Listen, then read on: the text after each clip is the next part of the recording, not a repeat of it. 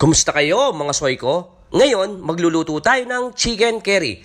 Ito yung mga gagamitin nating pangsangkap. Gata, paminta, asin, carrots, patatas, bawang, sibuyas, curry powder, nor chicken cubes, tsaka yung ating manok. Pag mainit na yung ating kawali, maglalagay na tayo ng mantika. Pipirituin natin yung ating patatas, tsaka carrots. Yan, lagay na natin. Haluin lang natin hanggang maluto sila.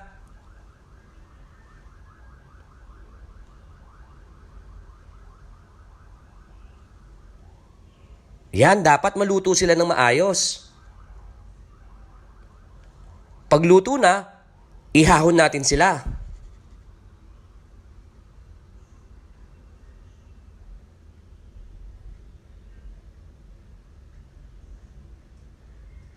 Yan. Ilagay na natin yung ating bawang. Nilagyan ko na rin ng sili para masarap. Gayun din yung ating sibuyas. Haluin lang natin. Lalagay na natin yung ating manok. Haluin natin ng mabuti.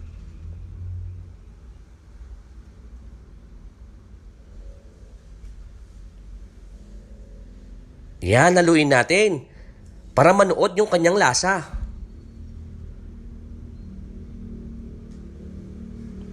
Lalagyan din natin ng butter. Haluin natin hanggang malusaw yung butter, tapos takpan na natin.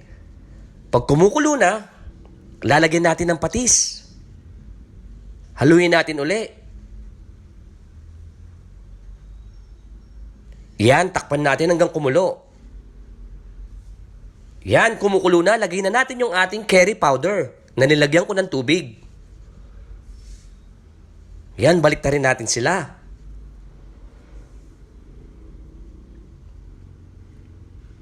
Takpan natin uli.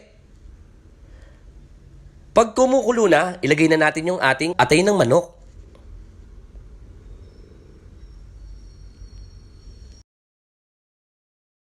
Lagyan natin ng tubig.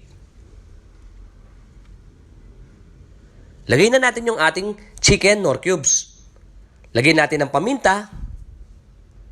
Ganun din pati yung asin.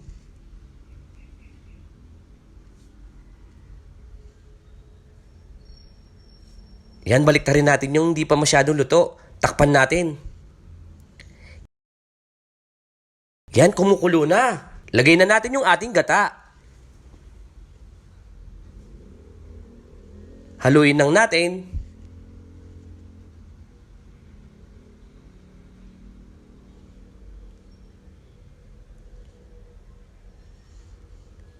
Takpan natin hanggang kumulo. Pag kumukulo na, ilagay na natin yung ating piniritong patatas at carrots. Yan, haluin natin hanggang matuyo siya.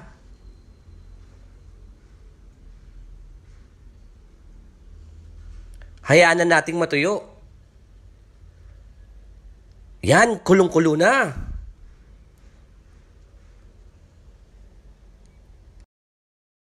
Luto na yung ating chicken curry. Tikman na natin.